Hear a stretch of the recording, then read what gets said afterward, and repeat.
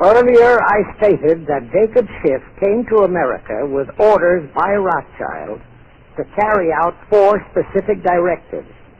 The first and most important one was to get control of the United States money system.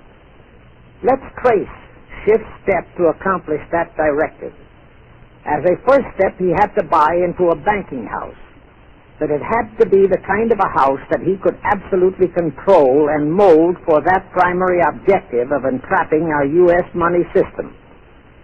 After carefully scouting around, Jacob bought a partnership in a firm that called itself Kuhn and Loeb. Like Schiff, Kuhn and Loeb were immigrants from German Jewish ghettos. They came to the United States in the mid-1840s. Both started their business careers as itinerant pack peddlers. In the early 1850s, they pooled their interests and set up a merchandising store in Lafayette, Indiana, under the firm name of Kuhn and Loeb, servicing the covered wagon settlers on their way west. In the years that followed, they set up similar stores in Cincinnati and St. Louis. Then they added pawnbroking to their merchandising pursuits.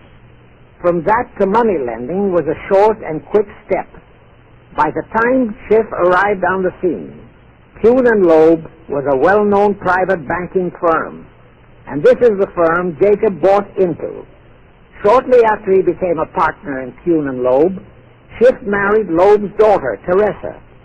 Then he bought out Kuhn's interests and moved the firm to New York, and Kuhn and Loeb became Kuhn, Loeb & Company, international bankers, with Jacob Schiff, agent of the Rothschilds, ostensibly the sole owner.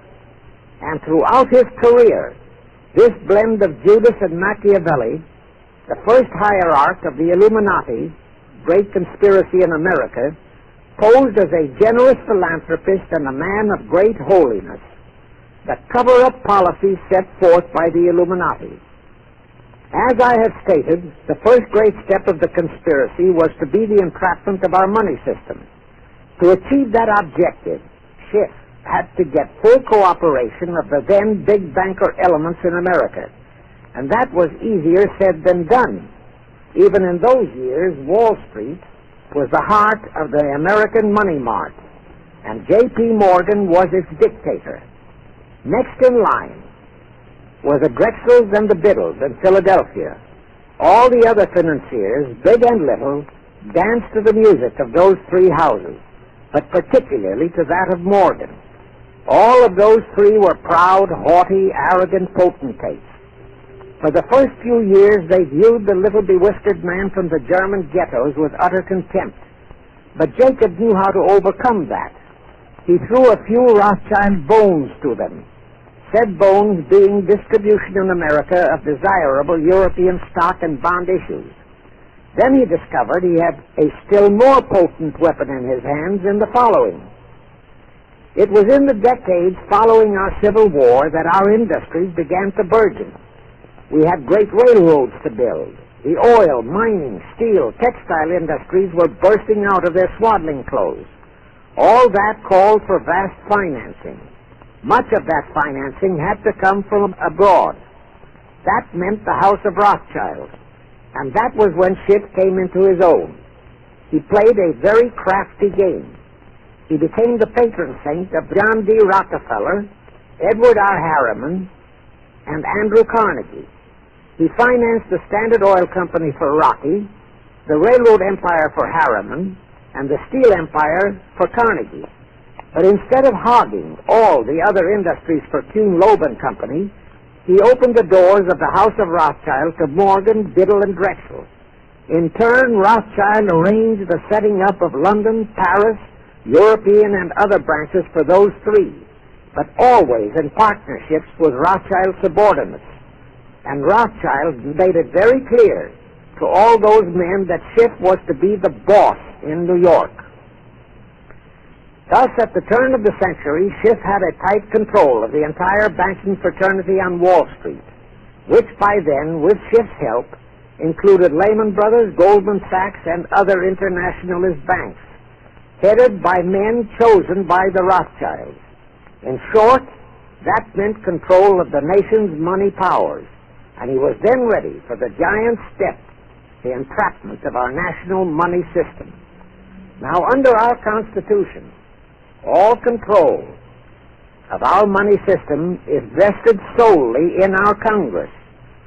Schiff's next important step was to seduce our Congress to betray that constitutional edict by surrendering that control to the hierarchy of the Illuminati's great conspiracy. In order to legalize that surrender and thus make the people powerless to resist it, it would be necessary to have Congress enact special legislation. To accomplish that, Schiff would have to infiltrate stooges into both houses of Congress, stooges powerful enough to railroad Congress into passing such legislation. Equally, or even more important, he would have to plant a stooge in the White House, a president without integrity and without scruples, who would sign that legislation into law. To accomplish that, he had to get control of either the Republican or the Democratic Party. The Democratic Party was the more vulnerable. It was the hungrier of the two parties. Except for Grover Cleveland, the Democrats had been unable to land one of their men in the White House since before the Civil War. There were two reasons for that. Number one, poverty of the party. Number two, there were considerably more Republican-minded voters than Democrats. The poverty matter was not a great problem, but the voter problem was a different story. But as I previously said, Schiff was a smart cookie. Here's the atrocious and murderous method he employed to solve that voter problem. His solution emphasizes how very little the Jewish internationalist bankers care about their own racial brethren, as you shall see. Suddenly, around 1890, there broke out a nationwide series of pogroms in Russia. Many, many thousands of innocent Jews, men, women, and children, were slaughtered by the Cossacks and other peasants. Similar pogroms with similar slaughter of innocent Jews broke out in Poland, Romania, and Bulgaria. All those pogroms were fomented by Rothschild agents. As a result, Jewish terrified refugees from all those nations swarmed into the United States. And that continued throughout the next 2 or 3 decades because the pogroms were continuous through all those years. All those refugees were aided by self-styled humanitarian committees set up by Schiff, the Rothschilds, and all the Rothschild affiliates. In the main, the refugees streamed into New York. But the Schiff-Rothschild humanitarian committees found ways to shuffle many of them into other large cities, such as Chicago, Boston, Philadelphia, Detroit, Los Angeles, etc. All of them were quickly transformed into naturalized citizens and educated to register as Democrats. Thus, all of that so-called minority group became solid Democratic voter blocs in their communities, all controlled and maneuvered by their so-called benefactors. And shortly after the turn of the century, they became vital factors in the political life of our nation. That was one of the methods Schiff employed to plant men like Nelson Aldrich in our Senate and Woodrow Wilson in the White House. At this point, let me remind you of another of the important jobs that was assigned to Schiff when he was dispatched to America. I refer to the job of destroying the unity of the American people by creating minority group and racial strife. By the pogrom-driven Jewish refugees into America, Schiff was creating one ready-made minority group for that purpose. But the Jewish people, as a whole, made fearful by the pogroms, could not be depended upon to create the violence necessary to destroy the unity of the American people. But right within America, there was an already made-to-order, although as yet a sleeping minority group, the Negroes, who could be sparked into so-called demonstrations, rioting, looting, murder, and every other type of lawlessness. All that was necessary was to incite and arouse them.